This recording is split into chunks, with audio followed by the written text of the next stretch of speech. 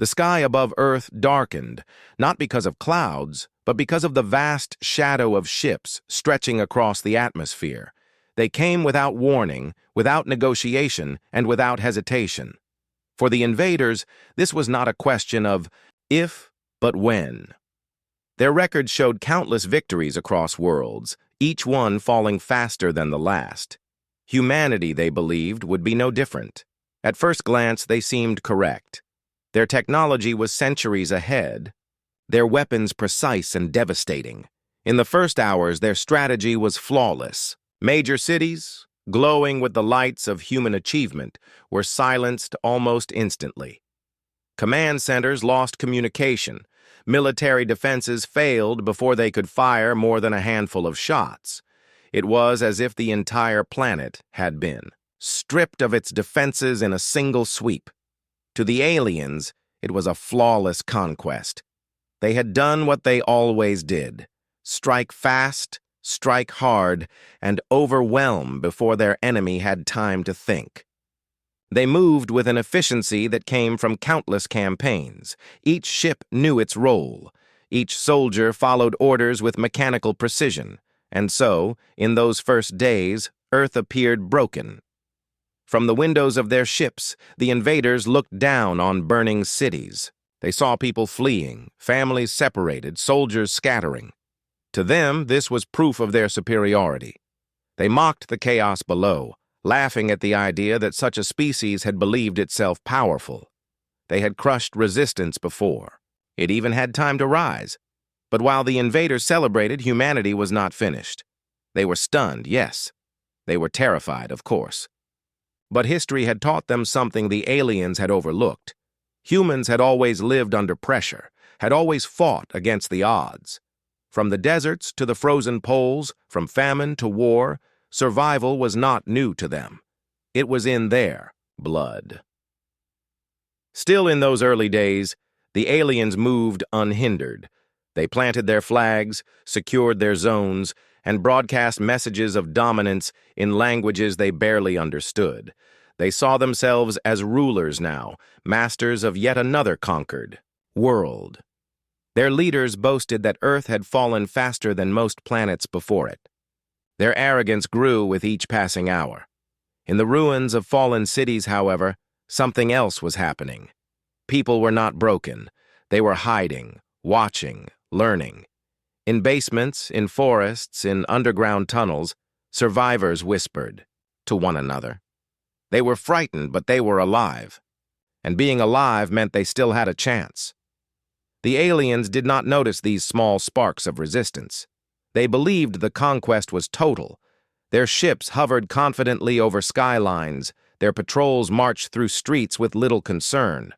In their eyes, humanity was finished, and they had moved on to the next stage: occupation. For humans, though, the experience was unforgettable. Imagine waking up one day to see your city turned into silence, your sky filled with foreign lights, your sense of safety shattered. The first instinct was fear. People clutched their families, searching for places to hide. But quickly, fear gave way to something else: anger. This was their home, their Earth, their history, and no outsider could take it without consequence. But in part one of this story, the flawless conquest, anger had not yet turned into organized action. Humanity was scattered, their leaders cut off, their armies broken. The aliens advanced through neighborhoods as though walking through abandoned ruins. They looked upon humans as pests rather than opponents. When resistance did appear, small groups of soldiers or brave civilians, they were crushed mercilessly. The invaders believed each battle was proof that their victory was absolute. There was no moment, no single act of defiance yet strong enough to shake them. They saw only panic. Families fleeing into mountains, children crying in the shadows of burned buildings. The aliens, blinded by their pride, saw all this as confirmation of weakness. Yet history has always shown that the quiet before the storm is deceptive. What looked like surrender was only survival. What looked like defeat was preparation. But the aliens, drunk with confidence, could not see it. They had mistaken fear for weakness, silence for surrender. Still, for now, their conquest was celebrated. In their records, Earth was logged as another victory. They collected samples, mapped territories, and began to reshape the planet to fit their needs. To them, Earth was no longer humanity's. It was a trophy, a jewel in their empire. In their ships, they spoke of how quickly humans had fallen. They described them as fragile, unworthy of notice. They saw them as animals, no different from creatures in cages. They overlooked one crucial detail. Animals, when cornered, fight with everything they have. The invaders declared Earth secure within weeks. Their leaders walked through captured cities as though they owned them, their flags replacing human symbols. Broadcasts declared that resistance was over, that humanity was finished. And in many ways it seemed true. From the outside, the conquest did look flawless. The invaders' ships still ruled the skies. Their soldiers still patrolled without fear.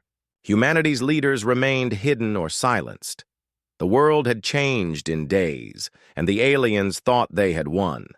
But beneath this surface, beneath the burning buildings and the silence of broken cities, a heartbeat remained. It was the heartbeat of a species that had endured everything history had thrown at it: wars, disasters, plagues, and loss. This heartbeat did not stop, even when pressed against overwhelming odds. The aliens celebrated victory too soon.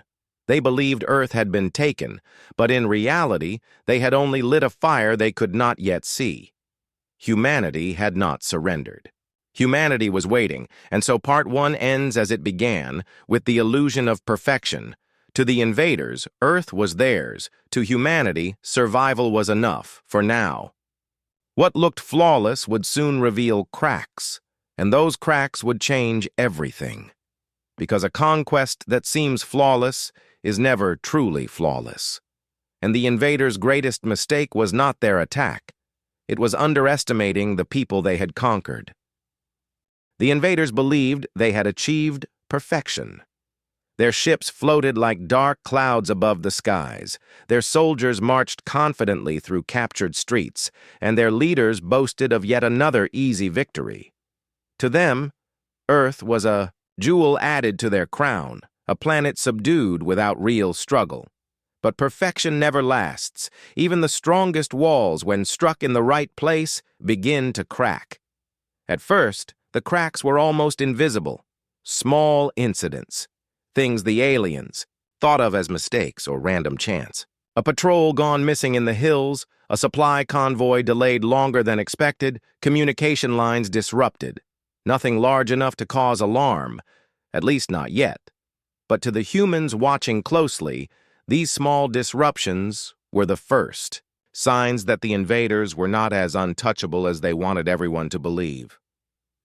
In the forests and the ruins of cities, survivors began to whisper. Families huddled together, trading stories of alien patrols ambushed at night, of weapons stolen and reused, of messages being passed between hidden groups. No one knew exactly who was leading the efforts, but people everywhere seemed to be thinking the same thing. If they bleed, they can be fought. The invaders, however, were too proud to notice. When a patrol failed to return, they blamed carelessness. When equipment disappeared, they blamed faulty systems.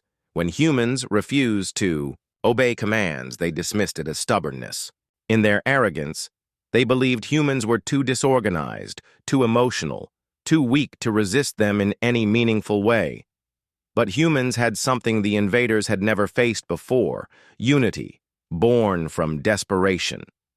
For once, nations and divisions no longer mattered. People who once argued over borders, politics, or beliefs now had only one thought: survival.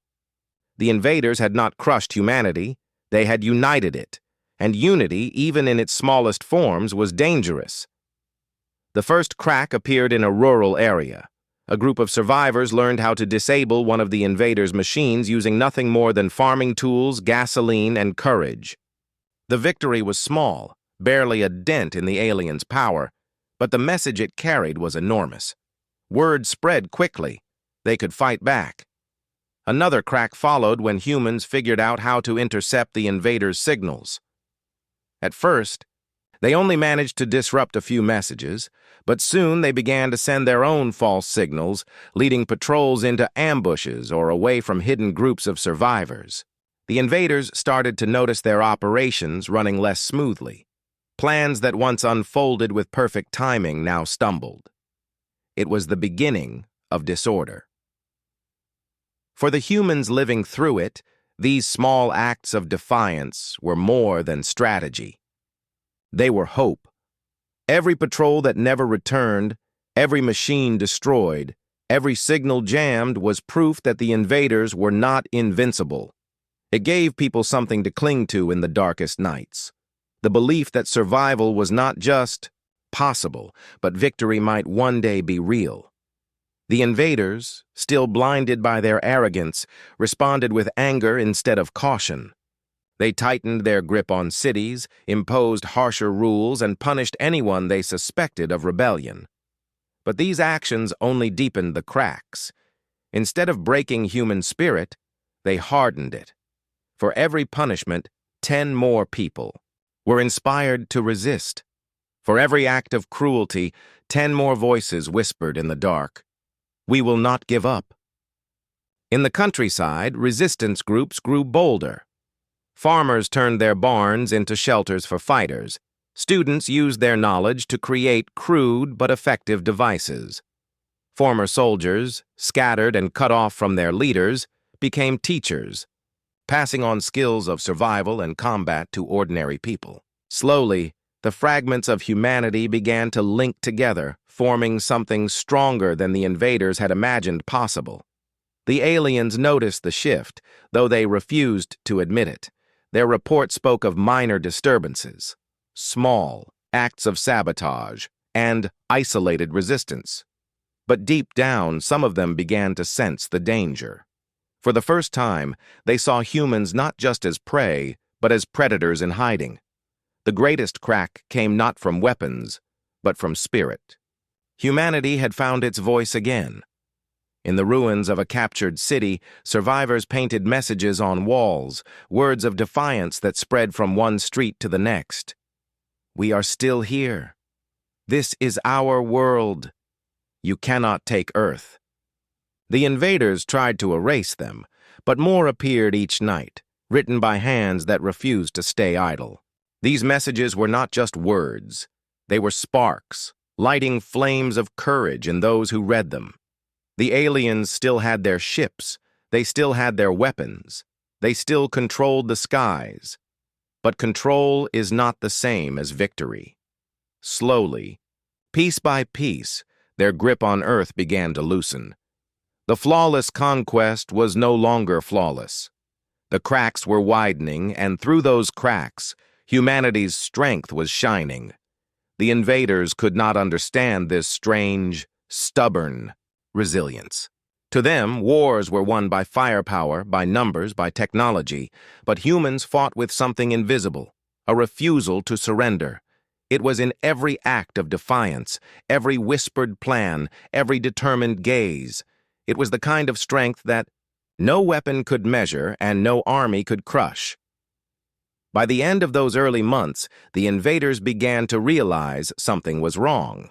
Their victories felt hollow. Their soldiers were restless, their supplies stretched thinner, their leaders frustrated. They had expected submission, but what they faced instead was defiance that grew stronger with every passing day. The first cracks in their conquest had become clear, and though the aliens still pretended to be in control, they could no longer ignore the truth. Humanity was not broken. Humanity was waiting. Humanity was fighting. And deep inside, even the most arrogant invader began to feel it. That cold, creeping thought that perhaps this conquest would not end like the others. Perhaps this world was different. Perhaps they had made a mistake. The flawless conquest was over. The cracks had begun, And soon those cracks would grow into something far larger, something unstoppable, something that would turn the tide forever. The invaders had arrived with so much confidence.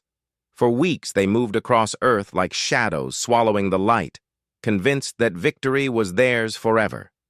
But then the cracks appeared. Small losses, quiet whispers, strange disappearances. At first, the aliens ignored these signs, but as time passed, the cracks spread wider, and it was in those cracks that humanity began to grow stronger. The shift did not happen in one single moment. It happened slowly, like the tide of the ocean, creeping in so quietly that those standing on the shore did not realize the water had reached their feet until it was too late. That was how the balance between conqueror and conquered began to change. In the mountains, small groups of humans were learning how to survive in the shadows. They shared food, tools, and knowledge, creating hidden camps where children were taught to read, where families learned to live without the things they once thought were necessary. But these camps were more than shelters. They were seeds of resistance. From these places, small teams slipped out into the night to strike at the invaders, destroying supply lines, capturing weapons, and sometimes even bringing back pieces of alien technology to study. It was here that the invaders made their biggest mistake. They underestimated the human gift of adaptation. A machine meant for surveillance was taken apart and rebuilt into something new. Energy cells, stolen from abandoned wrecks, were turned into traps. Even the invaders' own communication devices, once believed to be too advanced for humans to understand, were slowly decoded by clever minds who refused to give up. Each week, the humans grew bolder. At first, they struck at small patrols, careful not to draw too much attention. But as victories stacked up, the targets grew larger. Bridges collapsed under alien convoys. Fuel depots went up in flames. Entire outposts, once thought secure, vanished in the night. The invaders responded with fury. They sent more soldiers into the countryside, more ships to patrol the skies, more rules to crush the spirit of the people. But every move they made seemed to backfire. The more they tightened their grip, the more humans slipped through their fingers. The turning point came when humans managed to capture their first alien craft. It had crashed during a storm, its engines broken, its crew killed or scattered. To the aliens, it was a loss they dismissed as an accident. To the humans, it was a treasure. The wreckage was dragged into the forest piece by piece, hidden beneath branches and leaves. For weeks, people worked together, learning how the machine functioned, how its weapons could be repurposed, how its energy could be harnessed. When the first human-made weapon, built from alien technology, was fired against the invaders, the world changed. It was proof that humanity could not only fight back, but could turn the invaders' own power against them. The news spread like wildfire, carried by whispers, by hidden messages, by sheer excitement. For the first time since the invasion began, people did not just hope for survival, they began to believe in victory. In the cities, where alien control was strongest, courage began to grow. Ordinary workers refused to follow orders. Artists painted symbols of defiance on walls. Messages were slipped into supply crates, warning resistance fighters of enemy movements. Even children carried secrets in their pockets, small pieces of paper with directions, times, and signals. Humanity had turned its fear into fuel. The aliens noticed the change. They saw the way humans looked at them now, not with helplessness, but with fire in their eyes. The invaders tried harder to break them, but for every act of punishment, 100 new acts of defiance appeared. It was as though every strike against humanity only made them stronger. The tide was turning, and the invaders felt it. Their patrols grew more cautious. Their soldiers glanced nervously into the shadows. Their leaders demanded answers, but answers were hard to find. How could a people they had called weak become so dangerous, so relentless, so unyielding? The truth was simple. Humanity had discovered its strength. It was not strength born from weapons or ships or technology. It was strength born from unity, from resilience, from the refusal to kneel. And this strength spread like fire in dry grass, unstoppable once it began. The invaders had started the war with complete control. They had the skies, the weapons, the numbers. But war is not only about what is held in the hand. It is about what burns in the heart. And in the hearts of billions of humans, a new fire had been lit. In one daring attack, resistance fighters managed to strike directly at a command outpost. What should have been impossible, ordinary people overwhelming. Alien soldiers happened in a single night. The outpost fell, its supplies and weapons taken, its communication systems destroyed. For the first time, an alien flag was pulled down and replaced by a human one. That image spread across hidden channels, giving hope to those who had nearly given up. The invaders' leaders, once so certain of their victory, now began to argue among themselves. Some called for retreat, others for harsher measures. But even as they debated, humanity pressed forward. Each loss for the invaders became a victory for the people. Each failure weakened their aura of invincibility. The tide had fully turned. The invaders were no longer hunters. They were prey being pursued in the very world they had thought conquered. And with every passing day, the humans grew stronger, smarter, and more determined. But the greatest change of all was not on the battlefield. It was inside the human spirit. For so long, humanity had been divided by nations, by differences, by arguments that seemed endless.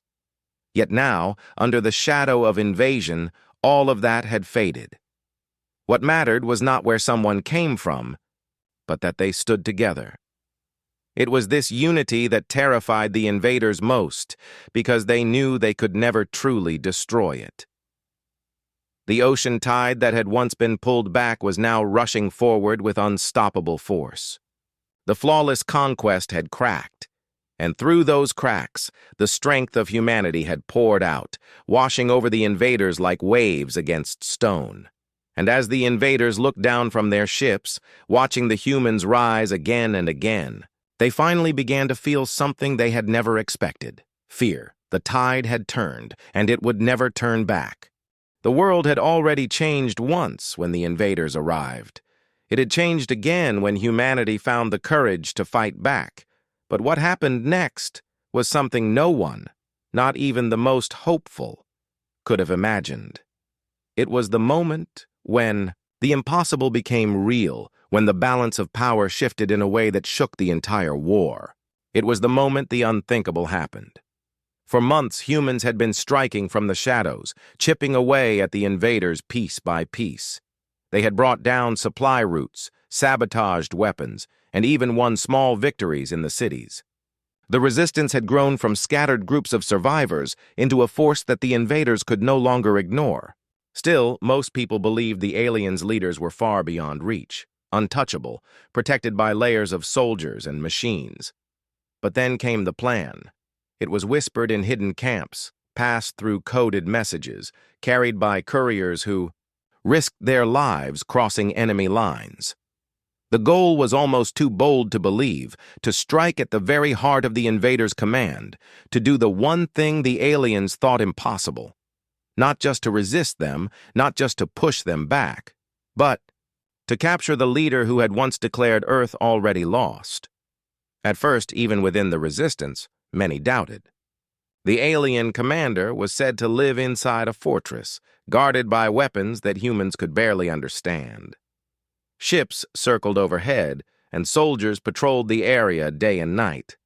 To even think of reaching that place sounded like a dream, too, fragile to speak aloud. And yet the whispers grew stronger. Because dreams, when shared by many, have a way of becoming plans. The plan was not perfect. No plan ever is. But it was daring, it was clever, and most of all, it was born from desperation mixed with hope. Humans studied the invaders' routines. They learned the shifts of patrols, the timing of supply drops, the weaknesses in communication. Every scrap, of knowledge. Every risk taken by someone brave enough to watch and listen, built toward the night of the attack. When the night finally came, the air was thick with silence. The resistance moved like shadows, each step carrying the weight of generations. They knew the cost could be high, that many might not return. Yet no one turned back. Humanity had already suffered too much, lost too much to give up now. The first strike was fast.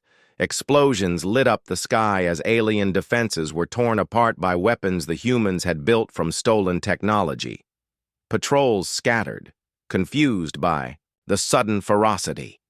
From the forests and fields, fighters rushed forward, pushing through barriers that once seemed impenetrable. The aliens fought back with all their might, but for every human that fell, 2 more seemed to rise. The battle roared for hours, shaking the night. And then, against all odds, the resistance broke through the final line of defense.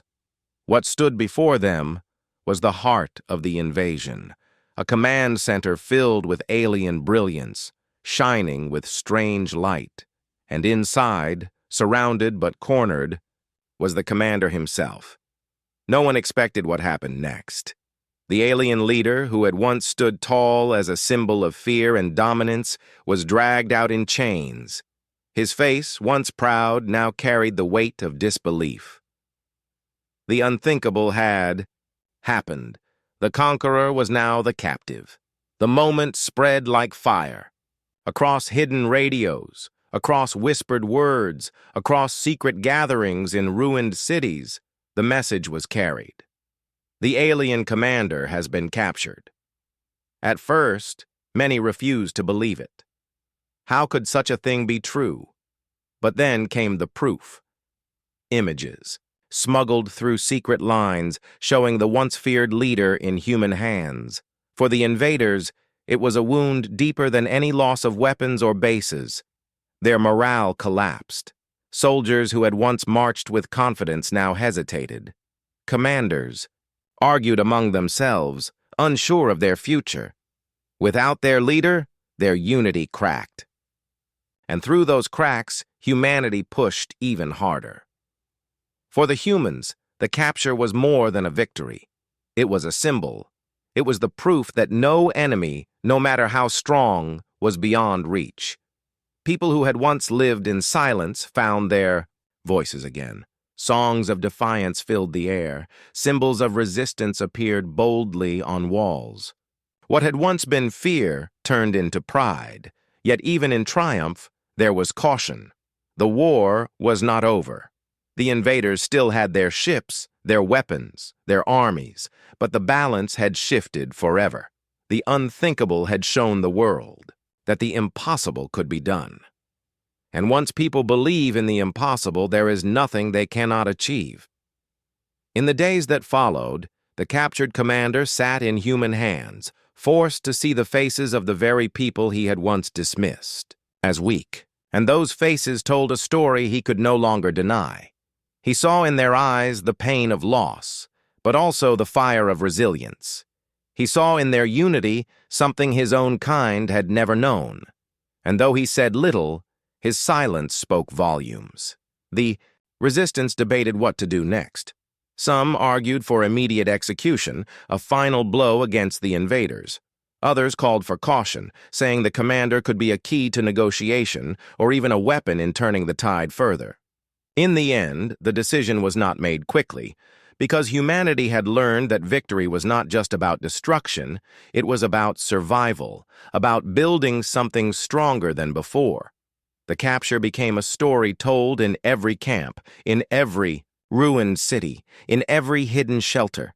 Children whispered it before sleep. Fighters carried it in their hearts. Even those who had lost everything found a spark of hope again.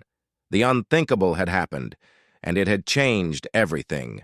The invaders, once proud rulers of the skies, now looked down at Earth with fear. Their leader's fall was more than just a loss. It was a mirror showing them the truth. They had believed conquest was simple, that Earth would kneel without resistance. But now they saw the reality. Humanity was not a people that could be broken, and so, the war that had begun with a flawless conquest now stood on the edge of something entirely new. Humanity was no longer fighting only to survive. They were fighting to win. The tide had turned, but this moment of the unthinkable, was the spark that would ignite the rest of the story. For the invaders, it was the beginning of their downfall. For humanity, it was the beginning of their rise. The war was not over, but everything felt different now. For the first time since the invasion began, people looked up at the sky and did not see only fear. They saw hope. The capture of the alien commander had shifted the balance in ways no one could have predicted. Across towns, villages, and shattered cities, whispers of victory grew into a roar. Humanity had done the impossible, and the world was learning what that meant. The lesson did not come all at once. It revealed itself slowly in the days and nights that followed. At first, there was disbelief. Could it really be true that the leader of the invaders, the one who had declared Earth conquered, now sat as a prisoner? People demanded proof, and when proof came, when images and stories spread, hearts that had been heavy for so long began to feel lighter.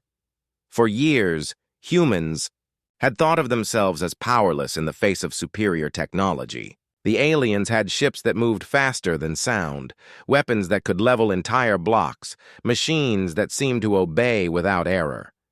Against such force, humanity's tools, old rifles, homemade explosives, even stones and sticks in some places, looked like nothing. But the capture proved a different truth. Technology might be powerful, but it was not invincible. And more than that, it was not the true measure of strength. The real strength had been found in resilience. Families who had lost everything but still chose to fight. Communities that had been torn apart but came together to rebuild. Ordinary people who had no training in war, yet learned how to resist. This strength, born of hardship and unity, was something the invaders could never understand, and that misunderstanding was their greatest mistake. The alien commander, now sitting in human captivity, became a mirror to that lesson. In his silence, in his refusal to speak, he seemed to wrestle with what had happened. The humans who guarded him noticed the change in his eyes. The arrogance that had once defined him had faded. It was replaced by something more complicated. Confusion, perhaps even respect. He had expected to conquer a broken world. Instead, he had found a people who refused to surrender, no matter the cost. The resistance leaders debated his fate. Some argued that his death would send the strongest message to the invaders. Others warned that such a move would only invite more destruction. But in those debates, another idea began to take root. Maybe the real victory was not in killing, but in proving that humanity stood for something greater than vengeance. The lesson was not about cruelty, it was about survival with dignity. Around the world, people began to see themselves differently. Farmers who had once tilled quiet fields saw how their crops fed the resistance. Mechanics who had once repaired broken cars now rebuilt stolen alien tech. Teachers who had once taught children their letters now became leaders, organizing communities and inspiring courage. Everyone, in their own way, had contributed to the fight, and together they had done what no single soldier or weapon could have done alone. The invaders still fought, but their spirit was broken. Without their leaders' guidance, their movements became scattered. Their once perfect strategies crumbled. Every day, humanity pushed them back further, reclaiming land piece by piece. The war that had once seemed endless now had a path forward. The end was still far, but it was visible on the horizon, and with every step toward that end, people reflected on what they had learned. They realized that the invaders' mistake had been more than arrogance. It had been ignorance. The aliens had studied Earth's defenses, but not its people. They had measured strength in numbers and weapons, but not in courage and unity. They had seen humanity as fragile, when in truth, fragility had only made them stronger. The greatest lesson of all was simple: never underestimate those who fight for their home. As the war dragged on, stories of bravery spread like wildfire. A group of children smuggling food to fighters through broken tunnels. Elders who refused to leave their towns, choosing instead to help the wounded. Fighters who risked their lives to protect strangers they had never met. These stories became the threads of a larger truth, that humanity's strength was not in one person or one battle, but in the countless acts of resilience that no enemy could erase. The alien commander became a symbol of that lesson. Not of his own power, but of his defeat. He was a reminder that no conqueror, no matter how mighty, was beyond the reach of those who refused to kneel. In some ways, he was no longer feared, he was pitied, because he had come to Earth thinking he would teach humanity about weakness, and instead, humanity had taught him about strength. The war's end would still require sacrifice. Lives would still be lost, battles would still rage, and hardship would still press down on the world. But now every sacrifice carried meaning. Every battle carried hope. Humanity no longer fought only to survive. They fought to protect the lesson they had learned, a lesson too valuable to ever forget. When children asked their parents why the aliens had come, the answers were simple. They thought we were weak, the parents would say. But they were wrong. And those children, growing up in a world scarred by war, carried that truth in their hearts. Generations later, when the war was finally a memory and Earth had rebuilt, the story of the unthinkable would still be told. The story of how the conquerors became captives. The story of how ordinary people, against all odds, turned despair into victory. And most of all, the story of the lesson that guided them through it all. That true strength is not in machines or weapons, but in the will of people who refuse to break. For the aliens, their greatest mistake had been arrogance. For humanity, their greatest victory was understanding that unity and resilience could overcome even the impossible. The lesson was clear. The lesson was unforgettable. The lesson was human.